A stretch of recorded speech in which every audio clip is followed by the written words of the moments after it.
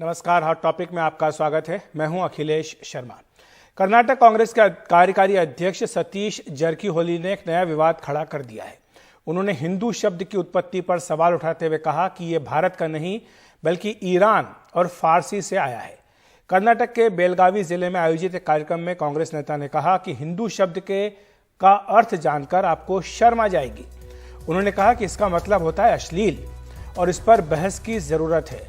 जरकीहोली का यह video social media पर वायरल हो रहा है। उनके इस बयान को लेकर कांग्रेस बीजेपी के निशाने पर आ गई है।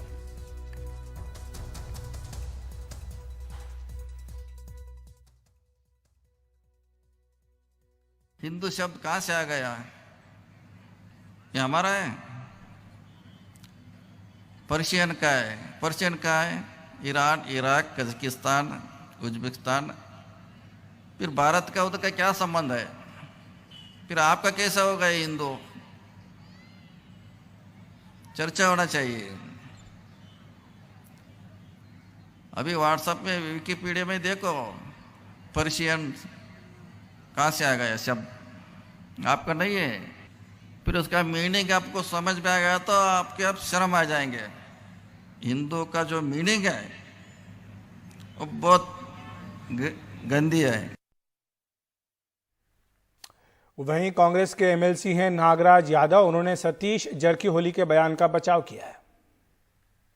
Satish Jarkioli has happened to say these things just because the communal forces in the state of Karnataka are trying to divide the society in the lines of religion, which is not acceptable to anybody, because we live in a plural society, we live in a secular society, we want everybody to live together.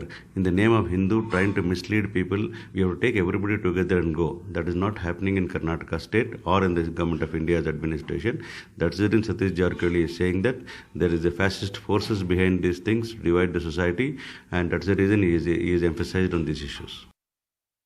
वहीं अपने नेताओं के इन विवादास्पद बयानों से कांग्रेस बचाव की मुद्रा में आ गई है। पार्टी ने खुद को इनसे अलग किया और बयानों की निंदा भी की है। इन बयानों को लेकर कांग्रेस के वरिष्ठ नेता रणदीप सुरजेवाला ने ट्वीट किया। उन्होंने लिखा, हिंदुत्व एक जीवन पद्धति और सभ्यता की सच्चाई है। कांग्रेस ने इस राष्ट्र को ऐसा बनाया है जिसमें सभी धर्म, आस्था और मत का सम्मान हो। यही भारत का सार है। सतीश जरकीहोली का बयान काफी दुर्भाग्यपूर्ण है और ये खारिज करने लायक है। हम निस्संदेह इसकी निंदा करते हैं।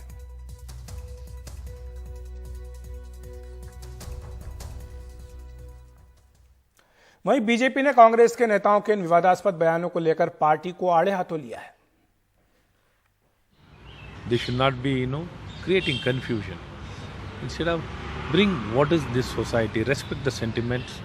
Instead of being critical, respect the sentiment, respect the culture and take it forward. What you can add, it's good. Don't create unnecessary controversies. It is not good in the interest of the society. हमारे सहयोगी निहाल किदवई बेंगलुरु से हमारे साथ जुड़ रहे हैं इस खबर पर चर्चा करने के लिए। निहाल, आखिर कुछ पता लगा कि जरकीहोली ने यह बयान क्यों दिया?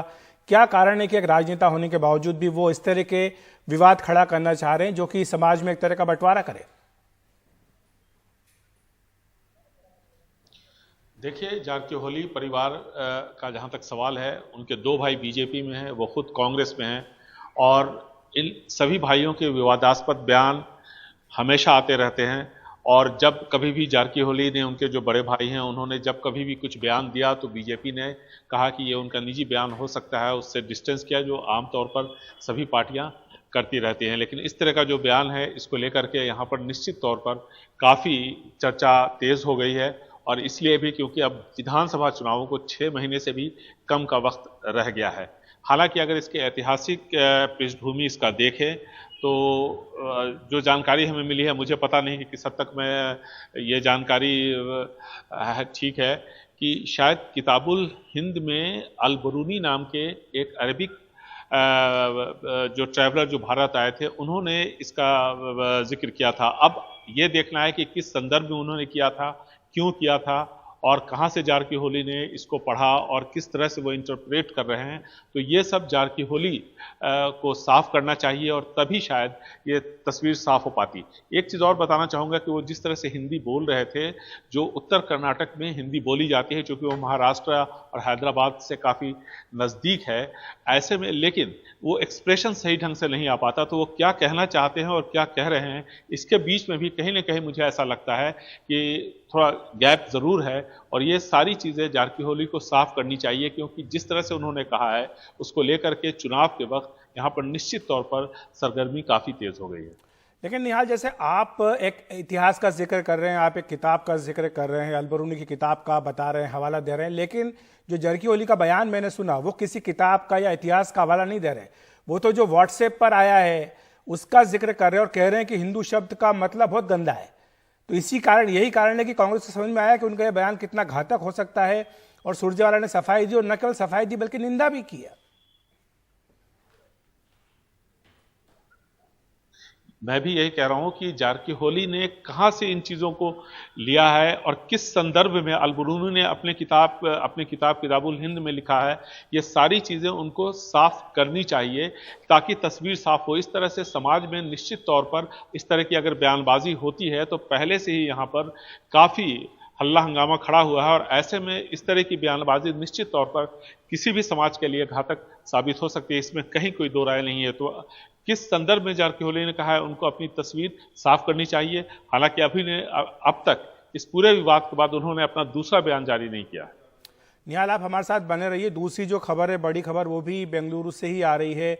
ये जो खबर है वहाँ की कोर्ट की आ रही है, और जिसमें कहा गया कि जो कांग्रेस पार्टी का ट्विटर हैंडल है और भारत जोड़ो यात्रा का जो ट्विटर हैंडल है उसको अगले आदेश तक ब्लॉक करने का आदेश कोर्ट की ओर से दिया गया है।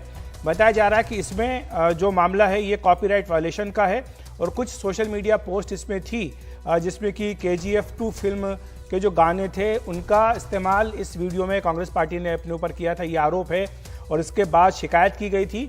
शिकायत के बाद अब ये फैसला आया है कि अगले आदेश तक कांग्रेस पार्टी का और भारत जोड़ो यात्रा का जो ट्विटर हैंडल है वो ब्लॉक रहेगा। निहाल, आप हमारे साथ बने हुए हैं। ये पूरा मामला क्या है, जरा दर्शकों को समझाइए कि आखिर क्या कारण हुआ जिसके चलते ये कॉपीराइट वायलेशन की शिकायत हुई और अब अदालत का ये फैसला आया है।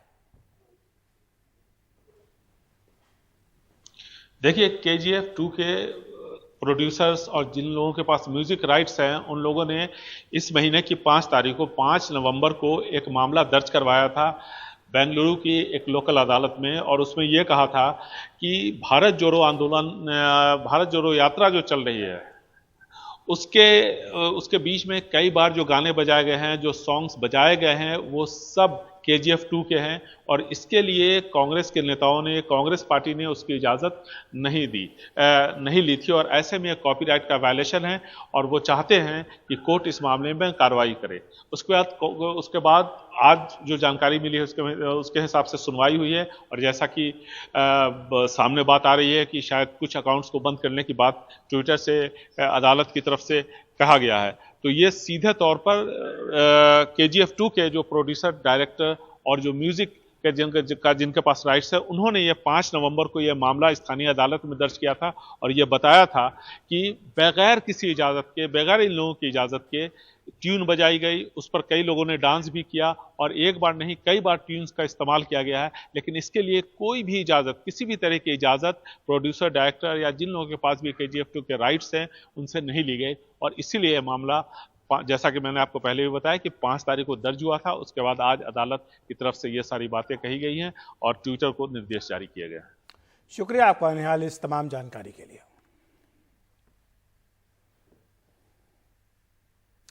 बढ़ते हैं अगली खबर की ओर। सामान्य श्रेणी के गरीब तबके के लिए सरकारी नौकरियों और उच्च शिक्षा में 10% आरक्षण बरकरार रहेगा। सर्वोच्च न्यायालय के 5 जजों की संविधान पीठ ने 3-2 के बहुमत से आर्थिक आरक्षण पर मुहर लगा दी, जहां मुख्य न्यायाधीश UU ललित और जस्टिस रविंद्र भट्ट ने आर्थिक आरक्षण के खिलाफ फैसला दिया। वहीं जस्टिस दिनेश माहेश्वरी, जस्टिस बेला त्रिवेदी, जस्टिस JB पारदीवाला ने संविधान के 103वें संशोधन को संवैधानिक और वैध करार दिया। सुप्रीम कोर्ट में 40 याचिकाएं दायर करके आर्थिक आरक्षण से जुड़े संविधान संशोधन को चुनौती दी गई थी। इस मामले में सुनवाई के दौरान केंद्र की ओर से अटॉर्नी जनरल ने संविधान संशोधन का पुरजोर बचाव करते हुए कहा था कि इसके तहत दिया गया आरक्षण 50% कोटा से छेड़छाड़ किए बिना दिया गया है, इसलिए यह संविधान के मूल ढांचे का उल्लंघन नहीं करता।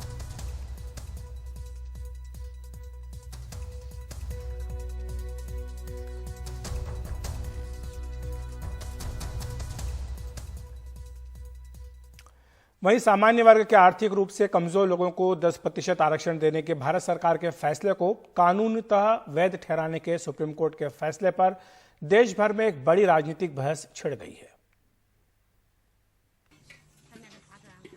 आर्थिक रूप से कमजोर लोगों को 10% आरक्षण दिए जाने के सुप्रीम कोर्ट के फैसले का स्वागत भी हो रहा है और सवाल भी उठ रहे हैं। सवाल उठाने वालों में कांग्रेस के नेता उदित राज भी हैं। मैं ईडब्ल्यूएस गरीब सवर्णों के रिजर्वेशन के खिलाफ में नहीं हूं। मैं सवाल करता हूं कि 30 साल तक जो स्टैंड सुप्रीम कोर्ट था, आज अचानक बदल कैसे गया जो सवर्णों को रिजर्वेशन देने की बात आ गई। अब संविधान की दुहाई दे रहे हैं। 30 साल तक तो इंदिरा साहनी के जजमेंट की दुहाई देते रहे। तो जब SC ST OBC का मैटर आता है तो सुप्रीम कोर्ट कुछ और हो जाता है, जब सवर्णों का मैटर आ जाता है तो सुप्रीम कोर्ट और हो जाता है। उस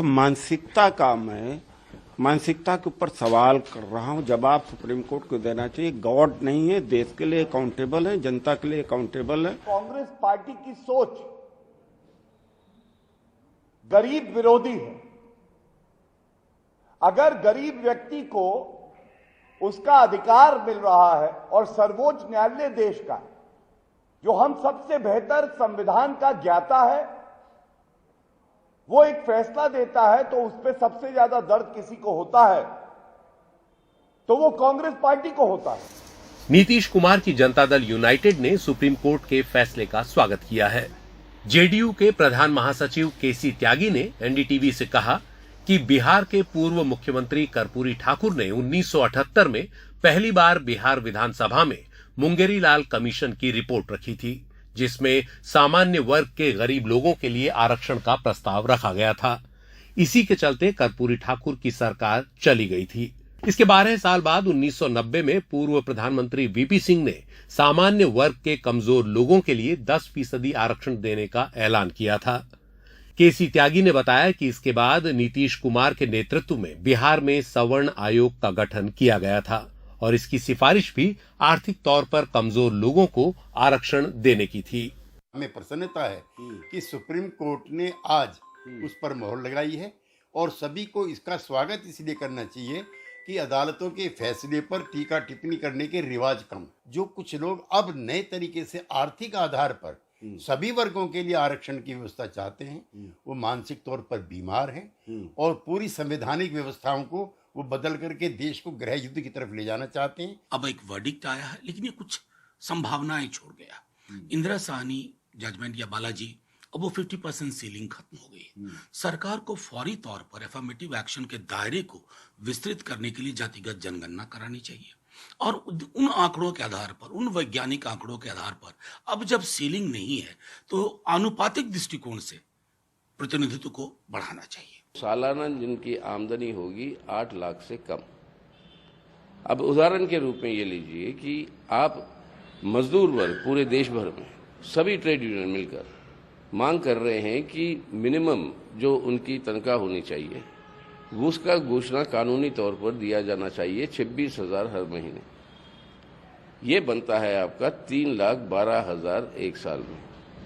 अब आप लिमिट लगाए हो 8 लाख का, यानी जिनको चाहिए इसका फायदा, जिनको मिलना चाहिए, जहाँ तक पहुँचना चाहिए वहाँ तक नहीं जाएगी और जिनके हाथ में साधन है उनके हाथ में ये फायदे पहुँचेंगे। सुप्रीम कोर्ट के इस महत्वपूर्ण फैसले के बाद सामान्य वर्ग के आर्थिक रूप से कमजोर लोगों को आरक्षण देने के मसले पर कानूनी बहस भले ही फिलहाल थम गई हो, लेकिन इस संवेदनशील मुद्दे पर राजनीतिक बहस जल्दी खत्म होगी, इसके आसार फिलहाल दिखाई नहीं देते।